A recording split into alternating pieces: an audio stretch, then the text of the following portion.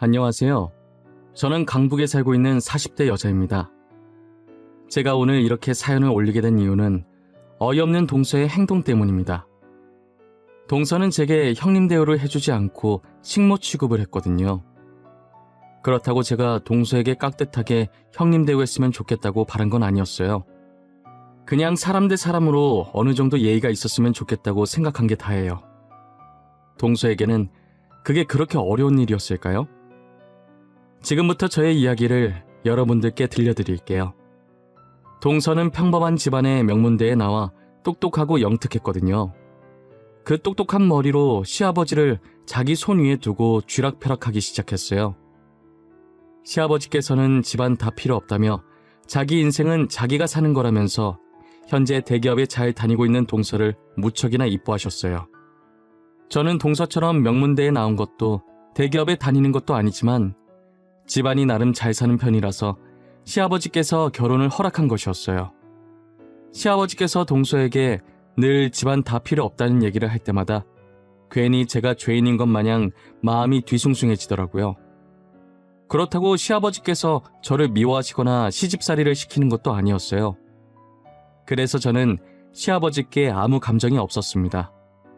저희 부부는 시어머니가 돌아가시고 혼자 남은 시아버지를 모시고 살았어요.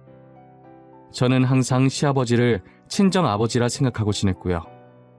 동서는 시아버지께 이쁨을 받고 있어서 그런지 불편한 기색 없이 계속 저희 집에 찾아오더라고요. 마치 일부러 질투를 느끼게 하고 싶은 건지 저 보란듯이 시아버지께 쪼르륵 달려가더라고요. 저희 집이 그래도 나름 시댁인데 자기는 하는 것 없이 저한테 얻어만 먹고 갑니다. 그러면서 제게 조금씩 혼수를 두기 시작하더라고요. 형님, 제가 매번 찾아와서 귀찮게 하는 건 아닌가 싶어요. 괜히 저 때문에 형님이 이렇게 수고스럽게 밥까지 차리시고 말이에요. 아니야, 동서. 시댁을 편하게 생각하는 사람이 몇 없는데 동서가 참 대단한 것 같아. 이렇게 매일같이 우리 집에 찾아오고 말이야. 이상하게 여긴 시댁 같은 느낌이 전혀 없고 마치 제 집처럼 편안한 거 있죠? 그런데 여기 있는 반찬들 다 형님이 만드신 거예요? 다 내가 만든 거야. 왜? 맛이 없어? 아버님께서는 맛있게 드셨는데 동서 입맛엔 안 맞았나 봐? 네, 제 입엔 맛이 없더라고요. 앞으로 조금만 더 싱겁게 부탁드릴게요. 이제 아버님도 나이가 있어서 짠 건 몸에 안 좋잖아요. 시아버지만 믿고 저러는 건지 동서는 날이 갈수록 저를 무시하고 괴롭히는 정도가 심해지더라고요. 제가 계속 가만히 있으니까 그렇게 해도 된다고 생각하는 모양이에요. 마치 자기가 저보다 손이 사람인 것처럼 행동하려는 꼴이 정말 가관이었어요. 계속 저를 가르치려고 들고 자기 입맛대로 가지고 놀려고 하더라고요. 하지만 이런 행동도 시아버지가 안 보실 때만 하니 제가 미칠 지경이었어요. 그래도 제가 동서보다 나이도 많고 형님이니까 어떻게든 혼자 참고 넘어가려고 했어요. 그러다 동서와 함께하는 첫 명절이 다가왔고 동서는 명절이 끝나도록 시댁에 오지 않았어요. 저는 어차피 지금껏 혼자 음식을 다 했었기 때문에 동서가 와도 별 도움이 안 될 것 같아서 오히려 동서가 오지 않는 게 제 마음이 더 편했어요. 동서가 와서 하는 일이라고는 저의 화를 돋구는 일밖에 없으니까요. 저는 동서가 계속 안 오길래 이미 시아버지랑 얘기가 다 끝난 줄만 알고 있었어요. 그런데 동서는 시아버지께 별다른 말도 없이 용돈만 보냈더라고요. 내가 아주 오냐오냐 해줬더니 둘째 간이 배 밖으로 나온 게야. 그러지 않고서야 어떻게 이렇게 싸가지 없이 돈만 달랑 보내? 돈이면 단 줄 알아? 아버님, 동서가 돈만 보냈어요? 별다른 말은 없었고요. 아니, 결혼하고 처음 맞은 명절인데 어떻게 그럴 수가 있어요? 내 말이 그 말이야. 이쁘다 이쁘다 했더니 지금 이게 뭐하는 짓이야? 나를 지금 물로 보고 이러는 거야? 안 되겠어. 내가 오늘 따끔하게 한마디 해야지. 시아버지께서 처음으로 화가 많이 나셨더라고요. 당장 한마디 해야겠다면서 동서에게 전화를 걸기 시작하셨어요. 둘째야, 너 지금 이게 어디서 배워먹은 행동이냐? 돈만 달랑 보내면 다냐? 너는 어른에 대한 예의라는 게 없는 게야. 아버님, 저도 첫 명절이라 정말 가고 싶었는데요. 제가 지금 임신을 해서 몸이 안 좋아요. 직접 가서 말씀드리고 싶었는데 음식 냄새를 못 맡겠어요. 정말 죄송해요. 뭐? 임신을 했다고? 아이고, 우리 며느리 장하다, 장해. 수고했어. 진작에 말을 하지. 나는 그것도 모르고 너한테 화만 냈잖아. 그래, 몸이 안 좋으면 푹 쉬어야지. 걱정하지 말고 쉬어. 정말 죄송해요, 아버님. 제가 나중에 따로 시댁에 찾아뵐게요. 명절 잘 보내세요. 금방이라도 뒤집어 엎을 것처럼 얘기하시던 시아버지께서는 동서가 임신했다고 하자 바로 철부지 시아버지로 변하시더라고요.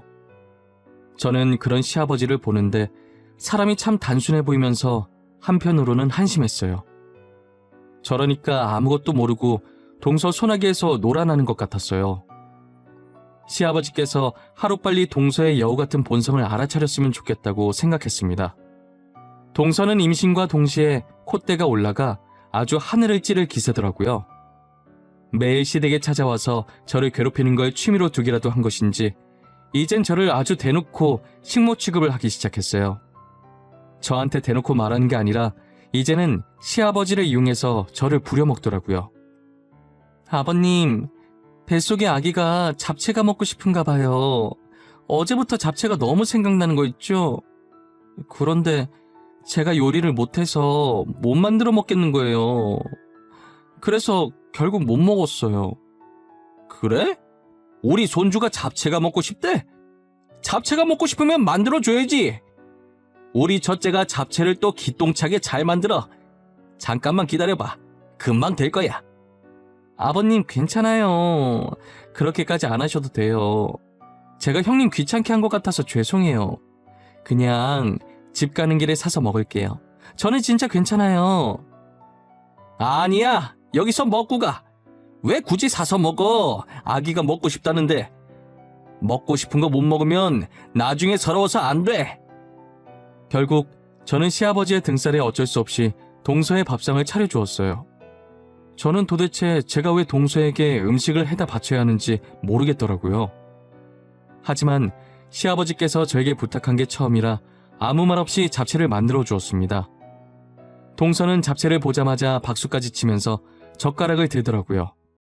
그러더니 한 입 먹고 젓가락을 탁 소리나게 내려놓더니 음식 맛이 이상하다고 난리를 치기 시작했어요. 아, 형님, 이게 뭐예요? 왜 이렇게 맛이 없어요? 해주기 싫으면 해주기 싫다고 말로 하시지. 왜 음식 가지고 장난을 치고 그러세요? 이건 아니죠. 맛이 이상하다고? 아닌데. 첫째가 해주는 잡채가 제일 맛있는데 내가 한번 먹어보지. 둘째야, 뭐가 문제라는 거야? 내 입에 맛만 좋은데 왜 그래? 아버님, 도대체 이게 뭐가 맛있다는 거예요? 형님 죄송한데 다시 만들어주세요. 이건 도저히 아닌 것 같으니까 제대로 만들어달라고요. 저는 평소에 싸우는 걸 별로 좋아하지 않고 어떤 일이든 그냥 조용하게 넘어가려고 하는 평화주의자예요. 그래서 웬만한 일에도 화를 잘 안 내려고 하는 성격인데 이건 도저히 화를 참을 수가 없겠는 거예요. 결국 저는 처음으로 동서에게 소리를 질렀고 동서는 울먹거리기 시작하더라고요. 동서, 진짜 해도 해도 너무한 거 아니야? 내가 동서 손아래 사람이야? 나 동서보다 나이도 많고 형님이야. 내가 왜 동서 입맛까지 맞춰줘야 해? 제가 형님한테 차려달라고 한 것도 아니었잖아요. 아버님이 차려달라고 했는데 왜 그래요? 형님이 음식 가지고 장난을 치니까 다시 해달라고 한 거죠. 제가 못할 말 했어요? 동서는 내가 계속 아무 말 안 하니까 만만하게 행동해도 된다고 생각한 거야? 좋은 게 좋은 거라고 그냥 넘어가려니까 갈수록 도가 너무 지나치네. 형님, 말 진짜 이상하게 하시네요. 제가 뭘 어쨌다고 그러세요? 제가 형님한테 뭘 어떻게 했길래 형님이 그냥 넘어갔는데요. 자, 다들 그만. 첫째야, 너가 윗사람이니 그냥 참아줘. 둘째가 지금 홀몸이 아니잖아. 둘째, 너도 지금 임신해서 많이 예민해진 것 같네. 첫째한테 그러는 거 아니야. 둘 다 여기서 그만해. 시아버지께서는 중간에 껴서 저와 동서를 말리기 바쁘셨어요. 동서는 시아버지께서 말리든 말든 끝까지 제게 달려들면서 씩씩거리더라고요. 똥이 무서워서 피하는 게 아니잖아요. 저는 그냥 똥 밟았다고 생각하고 동서를 무시했어요. 저는 상을 치우면서 동서 보고 지금은 얼굴을 보고 싶지 않으니까 집으로 돌아가라고 했어요. 동서는 안 그래도 지금 가려고 가방 들었다면서 쿵쾅거리면서 그대로 나가더라고요. 명문대 나와서 대기업 다니면 뭐하나요? 저렇게 하는 짓이 어린아이인데 말이에요. 저는 그렇게 시집살이 아닌 시집살이를 살고 있었어요. 솔직히 시아버지께서는 제게 시키시는 일이 없어서 같이 살기에 정말 괜찮았거든요. 동서만 없으면 제가 이런 고생을 안 해도 된단 말이에요. 제가 왜 동서에게 음식을 바치고 있는지 정말 알다가도 모르겠어요. 저는 언젠가 동서와 연을 끊겠다고 이를 아득바득 갈고 있었어요. 그러다 3달 후 시아버지의 행동이 조금 이상해지시더라고요. 평소에도 건망증이 살짝 있으셨지만 요즘 따라 유달리 심해지는 느낌이었어요. 저는 시아버지를 모시고 병원에 가봐야겠다는 생각이 들었어요. 남편은 중요한 프로젝트가 있어서 당분간은 회사를 뺄 수가 없어서 일단 저만 월차를 내고 시아버지를 모시고 병원에 갔습니다. 병원에 가서 검사를 받았는데 현재 치매 초기라는 진단을 받았어요. 의사는 그래도 시아버지 정도면 다행히 심한 편은 아니라고 하더라고요.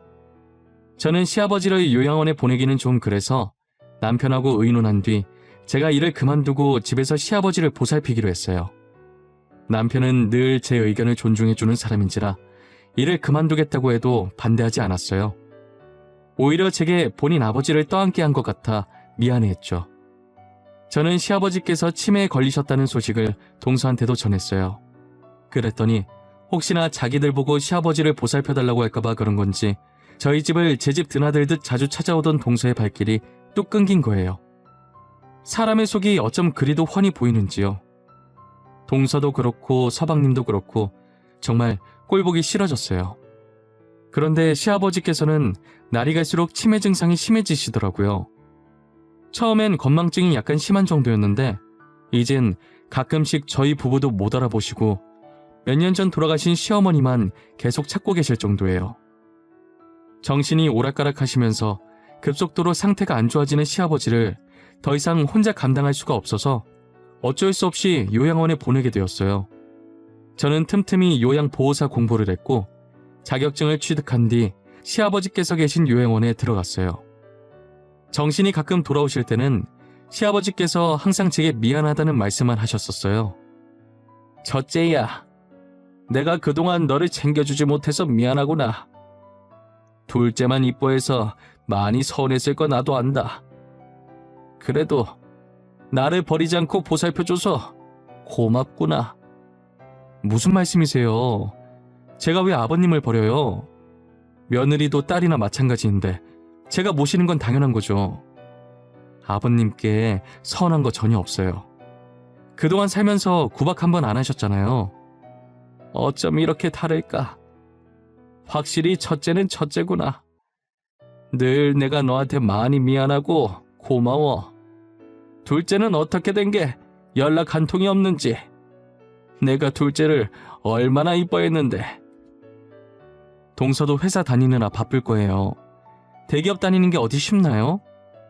여유 있을 때 연락할 거예요. 조금만 기다려 보세요. 아니면 제가 한번 연락해 볼까요? 아니다. 됐어. 전엔 뭐 대기업에 안 다녀서 우리 집에 자주 왔니? 이제 내가 이 모양 이 꼴이니 보기 싫은 게지. 나도 다 알고 있어. 시아버지께서는 그렇게 아끼던 동서가 자신을 찾지 않자 실망감이 크신 것 같았어요. 정말 본인의 친자식들보다 더 친딸처럼 예뻐하셨었거든요. 동서를 그리워하는 시아버지를 보니 조금 안쓰럽기도 했어요. 제가 먼저 동서에게 연락을 해볼까도 했지만 시아버지께서 극구 말리시는 바람에 연락을 하지 못했어요. 요양원에 계시면서 시아버지께서 건강검진을 받게 되셨는데 검사 결과가 꽤나 심각했어요. 아버님 뇌에 커다란 종양이 발견됐다고 하더라고요. 저는 의사에게 지금 당장 수술할 수 없냐고 물었죠. 하지만 종양의 크기가 생각보다 커서 수술을 진행할 수가 없다고 말씀하시더라고요. 살아계시는 동안 하고 싶다는 거 다 하게 해주라고 하면서요. 살 날이 얼마 남지 않은 시아버지께서는 동서를 보고 싶어 하셨어요. 저는 그 말을 듣고 곧장 동서에게 전화를 했어요. 동서 난데 오랜만이네. 아버님께서 동서 많이 보고 싶어 하셔. 평소에 아버님이 동서 많이 아끼셨잖아. 찾아오게 그러면 전화라도 한번 해드리던가 해. 네, 알겠어요. 나중에 제가 알아서 할게요. 지금 조금 바빠가지고요. 시간 날 때 전화 드리던가 할게요. 그래, 꼭 전화 줘. 아버님이 계속 동서만 찾더라. 나중에 후회하지 말고 시간 내서라도 전화 드려줘. 부탁이야. 아, 알았다고요. 제가 알아서 하겠다니까요. 이만 바빠서 끊을게요. 동서는 대충 알겠다는 대답만 하고 바쁘다면서 제 전화를 먼저 끊더라고요. 그리고 한참을 안 오다가 2달 뒤에 갑자기 시아버지를 찾아와서는 펑펑 울기 시작하더라고요. 저는 동서가 억지로 연기하면서 눈물을 짜내는 게 눈에 보여서 꼴보기 싫더라고요. 정말 여기에 조금만 더 있었다가는 금방이라도 토할 것 같았어요. 그래서 동서가 나올 때까지 병실 밖으로 잠시 나가서 바로 앞 의자에 앉아 있었죠. 제가 병실에서 나온 지 1, 2분 정도 뒤에 동서의 울음이 뚝 끊기더라고요. 그러더니 시아버지께 이야기하는 소리가 들리더라고요. 제가 아주 나간 줄 알았던 건지 동서는 아픈 시아버지 앞에서 화를 내기 시작했어요.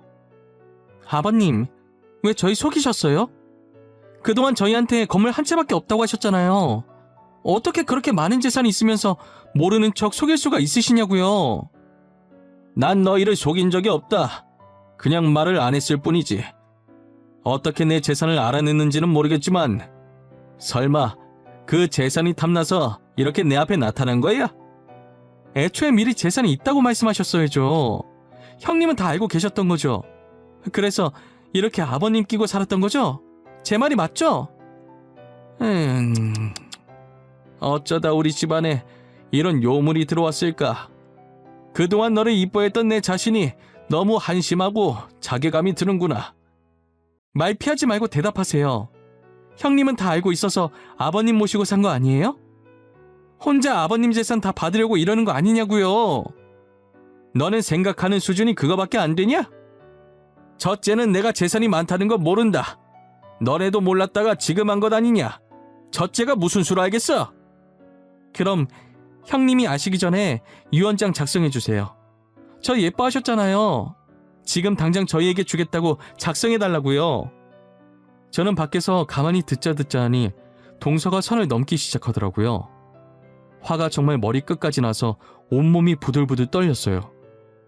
그대로 병실 문을 박차고 들어가서 지금 이게 어른한테 뭐하는 짓이냐고 난리쳤어요. 동서, 지금 이게 뭐하는 짓이야? 어른한테 말버릇이 그게 뭐야? 유언장을 적으라고? 진짜 제정신이 아니구나. 동서가 사람이야? 어떻게 그럴 수가 있어? 형님, 언제부터 거기 계셨어요? 다 들은 거예요? 아니, 저는 그게 아니라 지금 오해가 있으신 것 같아요. 저는 그냥 아버님께서 살아계실 때 재산 분배하는 게 좋을 것 같아서. 지금 아픈 아버님한테 유언장 적으라는 게 옳은 행동이니? 어쩜 동서는 철이 안 들어? 언제까지 어린애처럼 굴 거야? 너네 친정아버지한테 나가서 어리광 부려? 제 말 좀 들어보세요, 형님. 그게 아니라니까요? 왜 제 말은 들으려고 하지도 않으세요? 아니긴 뭐가 아니야. 처음부터 끝까지 동서가 말하는 거 다 듣고 있었는데 아버님 재산이 그렇게 탐났니? 그래서 건물 하나라도 받으려고 시댁에 들락날락거린 거고? 제가 동서한테 윽박 지르고 있는데 이상하게 뭔가 이상한 기분이 들더라고요. 동서의 배 쪽을 보니 이쯤이면 배가 불러있어야 할 임산부가 아주 홀쭉하더라고요. 그리고 동서 임신한 거 맞아? 지금 임신한 지 6, 7개월 되지 않았나? 그런데 배가 왜 이렇게 홀쭉해? 설마 임신한 것도 거짓말이었어? 그래요. 저 임신 안 했어요. 거짓말 쳤어요. 왜요? 거짓말하면 안 돼요? 명절에 시댁 식구들 다 모인 자리에 가기 싫어서 그랬어요. 그래서 제가 아버님께 용돈 보내드렸잖아요. 동서는 끝까지 이기적이고 자기밖에 모르는구나. 더 이상 동서랑 말 섞고 싶지도 않아. 당장 여기서 나가. 아버님 스트레스 주지 말고 나가라고. 그리고 다신 우리 앞에 나타나지 마. 저는 두 번 다시 동서 얼굴을 보고 싶지 않았어요. 시아버지께서는 동서가 떠난 뒤 지금 유언장을 작성해야겠다는 거예요. 그러더니 그 자리에서 변호사를 부르시고 공증을 받으셨어요. 유언장에는 자신의 재산 전부를 저희 부부에게 주겠다며 동선에는 단 한 푼도 줄 수 없다고 적으셨어요. 시아버지께서는 죽는 날까지 다시는 동서가 보고 싶지 않다고 말씀하셨어요. 그리고 동서의 행동을 보고도 말리지 않는 서방님도 보고 싶지 않다고 하셨어요. 서방님은 이제껏 동서가 알아서 하겠다는 말만 듣고 어떻게 행동했는지는 모르고 있었어요.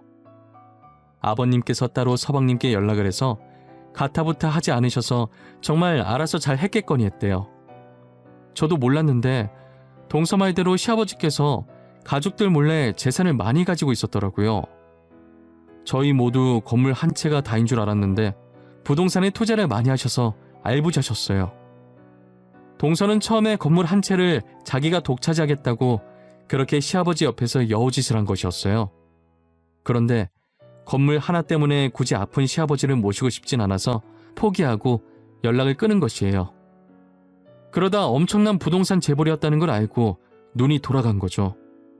시아버지께서는 3개월 정도 살 수 있다고 했던 의사의 말과는 달리 저희와 6개월 정도 더 살다가 잠자듯 조용히 눈을 감으셨어요. 그렇게 시아버지의 모든 재산은 유언장에 적힌 대로 저희 부부가 가지게 되었습니다. 동서는 시아버지의 장례가 끝난 후 제게 찾아와 울면서 매달리더라고요. 형님, 제가 그땐 정말 죄송했어요. 많이 반성했어요. 그러니까 제발 아버님 재산 조금만 나눠주시면 안 될까요? 동서는 어쩜 끝까지 염치가 없을 수가 있어? 동서가 아버님한테 어떻게 했는지 기억 안 나? 그러면서 지금 뻔뻔하게 아버님 돈을 받겠다고 이러는 거야? 제가 몹쓸 짓 했던 거 다 알아요. 근데 저 진짜 반성 많이 했어요. 믿어주세요. 제발 사람 한 명 살리는 셈 치고 조금만 나눠주세요. 네?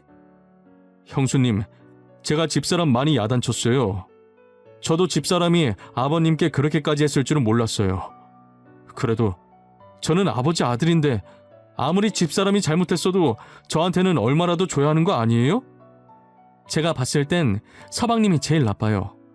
두 분이 왜 결혼했는지 잘 알겠네요. 사람은 끼리끼리 만난다더니 두 분 정말 잘 어울리세요. 평생 둘이서 오손도손 잘 사셨으면 좋겠어요. 저는 동서와 서방님께 어떤 독한 말을 해도 본이 풀리지 않았어요.